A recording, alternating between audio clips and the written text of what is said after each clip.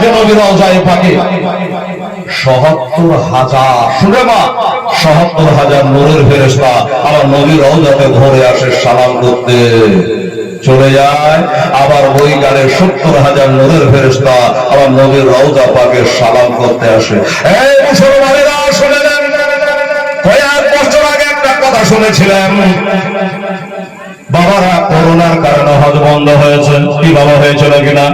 করোনার কারণে হজ বন্ধ হয়েছে, সরকার যেতে দেয় নাই, হজ বন্ধ। আমি জিজ্ঞাসা করেছিলাম সেই বছর কি হয়েছিল, দোয়া করছি বাবু। ওই মাকার লোকেরা বললে এই ভারতের হাজি তোরা না আলি তো কি হলো?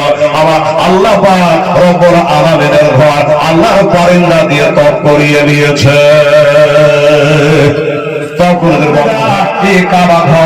আপনারা বলবেন, অনেকে বলবেন বাবা হেলালের টাকা তো দান করবো, আমরা যে মসজিদে নামাজ পড়ি না।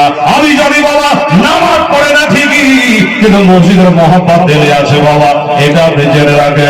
মসজিদের মহব্বত দিলে রয়েছে। আমার মা বোনেরা জানে কি, আমার হানাবে একটা বাদশা ছিল বাবা। মা বোনেরা ভাইরা, এই যে মসজিদ আপনারা দাম ধ্যানটা করলেন, শুনেন তো, আল্লাহর ঘর কাবা শরীফে সজ্জিত, আর ফাতিহা নাজ নিয়াজ করত। দেখ বদমাশ আবরাহা বাদশাহ এ দেখলো যে এইরকম নকল কাবা যদি একটা আমি বানাইতে পারি আমার ইয়ামান শহরে, তাহলে যত রোজগার পাতি আমার হবে, মাক্কার লোকের হবে না। আর ওই কাবা ঘরের দেখভাল কে করে? হযরতে আব্দুল মুত্তালিব, আমার নবীর দাদু, নবীর দাদা দেখভাল করে।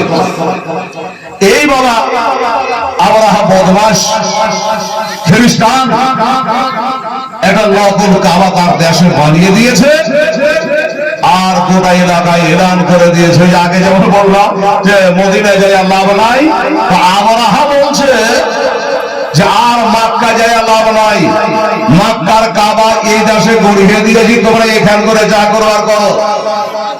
হ্যাঁ, এখান করে ফাতিহা নাজ নিয়ে দান ধ্যান টাকা পয়সা যা ডাহিবার এখানে ভালো, এই বলে বাবা এলান করে দিল। যখন এলান করে দিল, দেখার মতো কোটি কোটি টাকা ব্যয় করে তৈরি করেছে আমার ভাইয়েরা বাবারা। কিন্তু এই যে এখানে মসজিদটা তৈরি হয়েছে, অনেকে যে নামাজ পড়ে, যুবকেরা তো পড়ে না। নামাজ পড়ে না বলে কি মসজিদের উপরে দরদ নাই রে বাবা? নিশ্চয় আছে। হ্যাঁ, ময়া আছে মসজিদের উপরে, যে আমার দেশের মসজিদ সাথের স্ত্রী 200 টাকা, আরেকজন 100 টাকা, 300 টাকা দিয়েছে, আবার দোয়া করবো মা, শুনে যান। তো এই মসজিদটাকে যদি কেউ ভাঙার জন্য চলে আসে, কথা কথা বুঝাবার লেগে বলছি, তাহলে আমার মন বলে যারা যারা নামাজ পড়ে না, মাস্তান যুবক ছেলে, তারাই আগে উঠে দাঁড়াবে। দাঁড়া,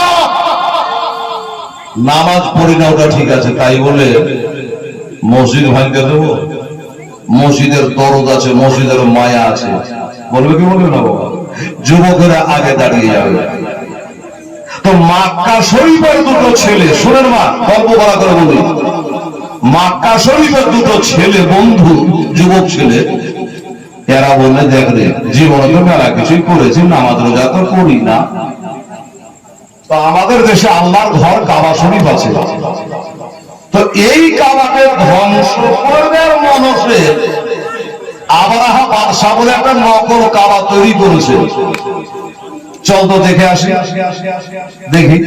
আর কাবার বারণ না বাজালে আমাদের দম নাই, নামাজ পড়ি না তো কি হলো? এই যুবক ছেলে দুটো বাবা চলে গেল ওই আবরাহার ডুপ্লিকেট কাবাতে, কাবা তৈরি করে সাজিয়ে গুজিয়ে কাবার গেটে তালা মেরে দিয়ে দুটো গার্ড রেখেছে।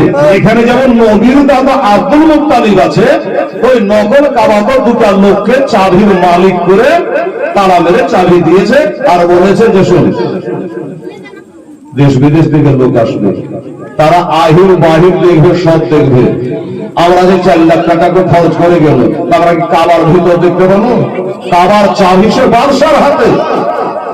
তো বলে চাবি তোদের কাছে থাকলো, যে আসবে আহির বাহির এদিক ওদিক সব দর্শন করবে, দেখবে, কিন্তু কাবার ভিতর ঢুকতে দিবি না। আবরাহা বলে দিয়েছে। মক্কা শরীফের এই দুটো ছেলে আসলো, এসে চারিদিকে দেখছে আর ভোগাভোগ প্রশংসা করছে, বাহ খুব সুন্দর হয়েছে, খুব ভালো করে কাবা বানিয়েছে। এই করে 2-4 দিন থাকতে থাকতে থাকতে থাকতে ওই কাবার যে চাবি আছে ওদের সাথে একটা বন্ধুতালি হয়ে গেছে। তো মক্কার ছেলে দুটো বলল, ভাই আরে চুপ, তো বন্ধুতালি হয়ে গেছে। একদিন বলছে যে ভাই আমরা মেলা দূর থেকে তোমাদের কাবা দেখতে এসেছি, তো কাবার বাহির তো তোমাদের দেখলাম, একটু ভিতরটা দেখতে দাও না ভাই, চাবি তো তোমাদের কাছে আছে। বলে না ভাই এ কথা বলিও না, আমাদের চাকরি থাকবে না। বাদশাহ বলেছে আহির বাহির যত দেখো তত দেখো, কিন্তু কাবার ভিতরে যাওয়া যাবে না। কিন্তু ছেলে দুটো কসম করেছে তোরা আমার মক্কার কাবাকে ধ্বংস করবি, তো কাবার 12 না বাজলে দম নাই, কসম খেয়ে দিয়েছে।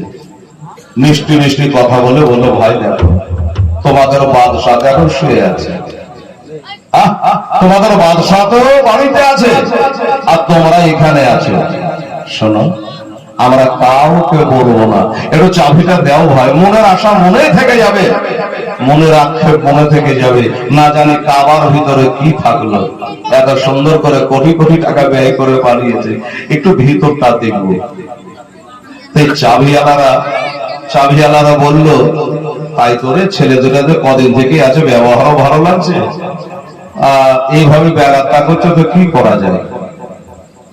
ঠিক আছে ভাই শোনো, এই চাবি তোমাকে দিলাম, গভীর রাতে তোমরা তালা খুলে ভিতরটা সব ঘুরে মুড়ে দেখে নিয়ে এসে আমাকে চাবি দিয়ে দিবা, তুমি জানবা আমি জানবো, বাদশাহ তো জানতে পারবে না, আমাদের চাকরিও যাবে না। বলে ঠিক আছে, চাবি দিয়ে দিল, তালাতে চাবি দিয়ে টাহির পাকে যে চাপন মারা আর করে তালা খুলে গেল, আর যেই তালা খুলে আমার ভিতরে ঢুকা, আর আমার খোদা তালা এই লোকটা যে লোকটা চাবির মালিক ছিল এদের চোখে একবারে কুইন্টাল নীল ঢেলে দিল, কত নীল পারবি, সবই আল্লাহর কাজ। ঘুমিয়ে গেছে, পড়ার মতো ঘুম পড়েছে।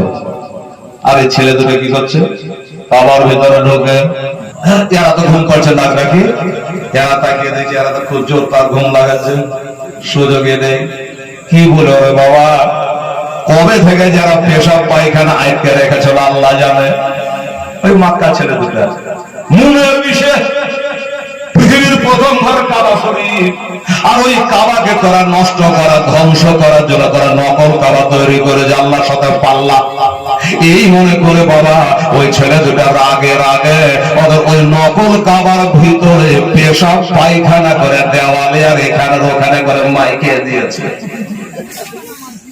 বাবা তাকে দেখছি ওরা চেতনা হলো নাকি, নাক ডাকে ঘুমেছে, আবার শুরু করলো পায়খানা করতে, ওরা ঘুমাচ্ছে এরা পায়খানা করেছে রাগে। বুঝে বললাম না বাবা সব ছেলেরও নামাজ পড়ে না ঠিকই, মসজিদ ভাঙতে হলে ওরাই আগে জান দিয়ে দিবে, এই হাল হয়েছে। আমাদের দেশের কাবাকে আমরা সবাই পাই না কাবা শরীফ ত্যাগ করবা, আর ওই কাবা ধ্বংস করা, মানুষের কাবা তৈরি করে কিছু রাখবো না, এই করে পেটের মাল সব শেষ, বাড়ি আসছে ওই চাবিটাকে তালার ভিতরে ঢুকিয়ে দিয়ে বাবা আর এবার 65 বার মক্কা চলে গেল, আর মক্কা চলে গেল।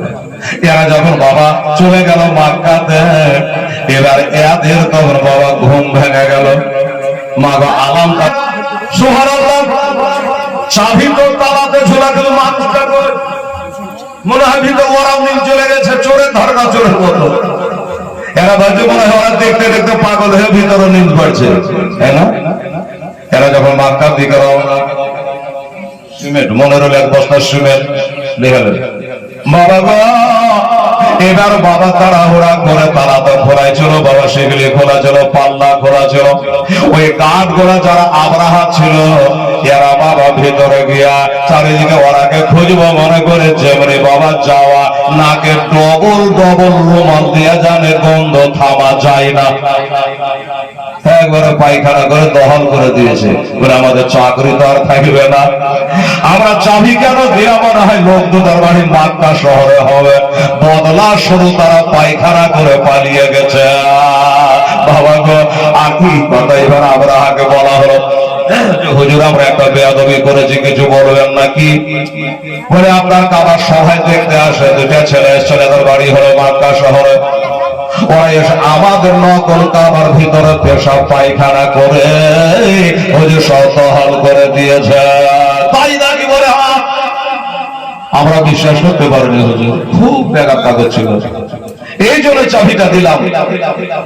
আর ওরা দেখে চাবি খুলে পেশাব পায়খানা করে চলে গেছে।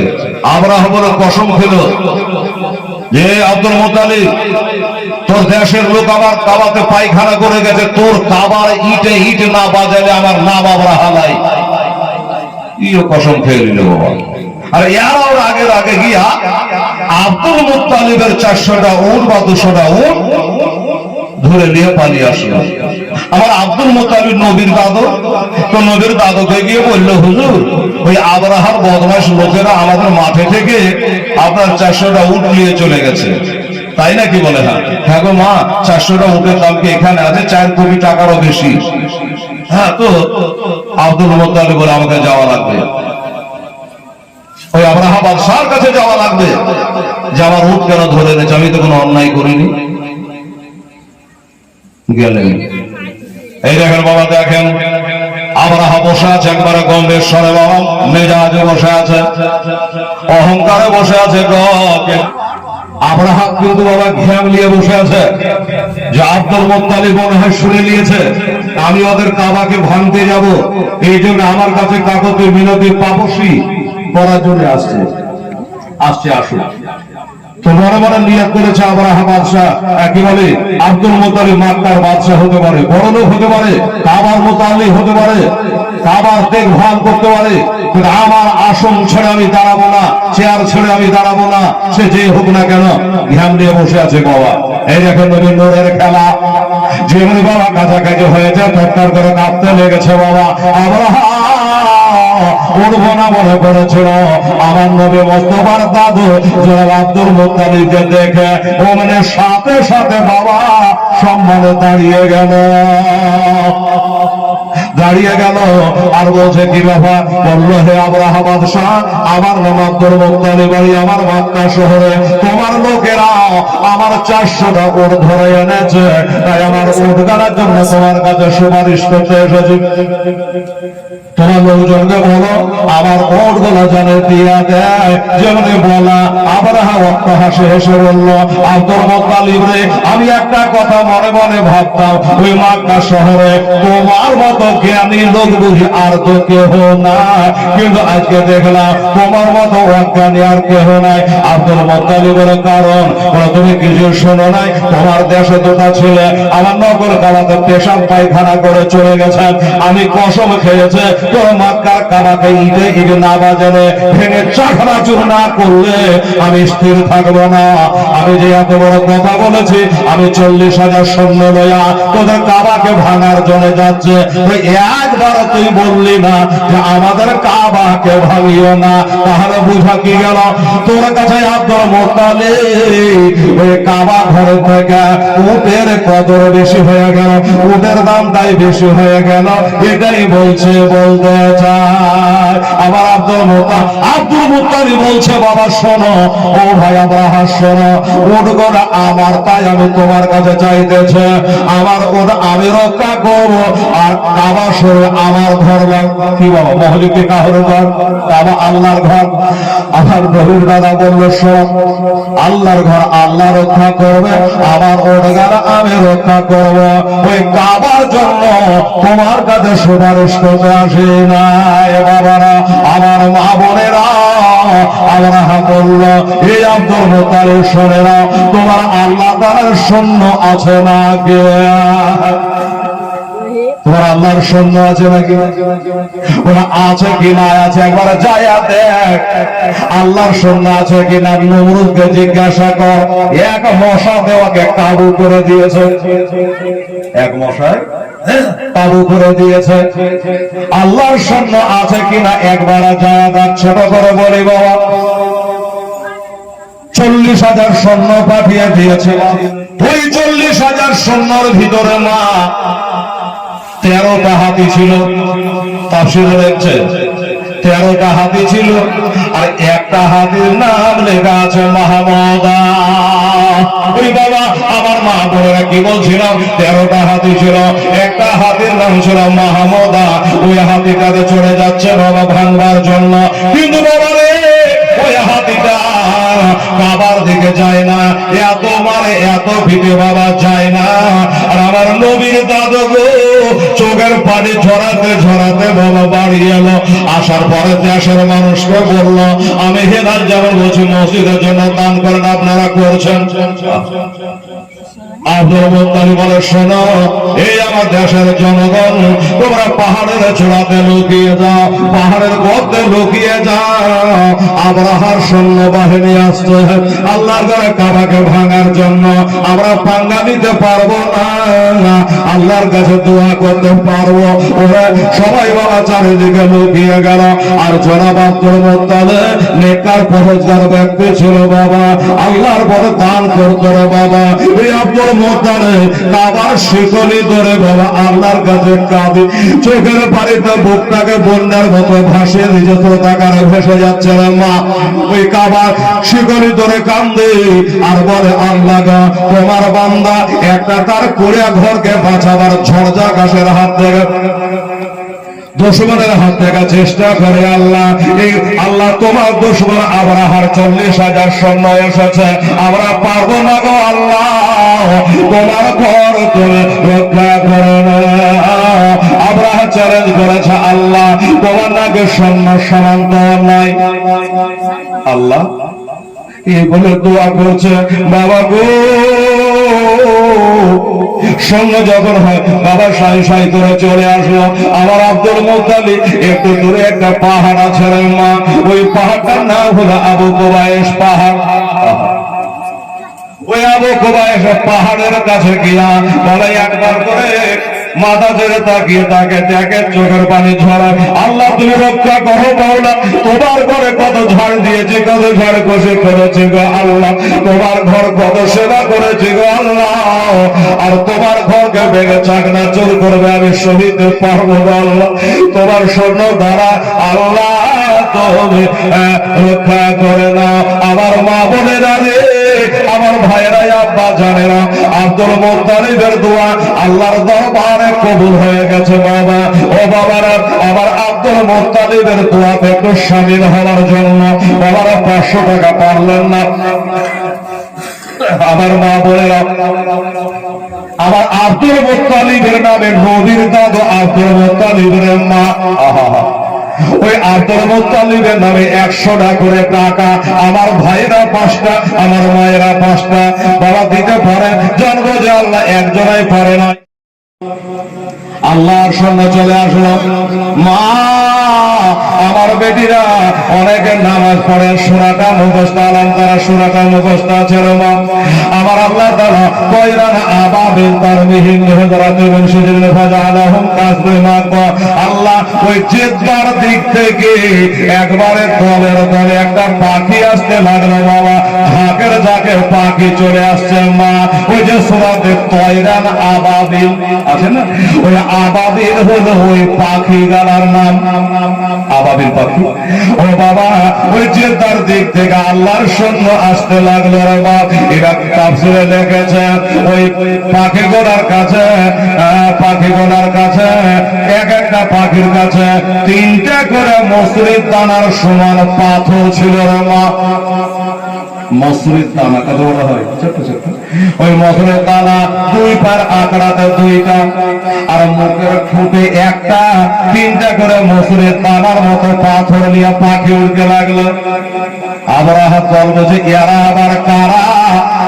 এরাই যে আল্লাহর সৈন্য চলে এসেছে, ওরা জানে তোরাকে খতম করার জন্য, আল্লাহ তার ঘরকে রক্ষা করার জন্য পাঠিয়েছে, এরা টের পায় না।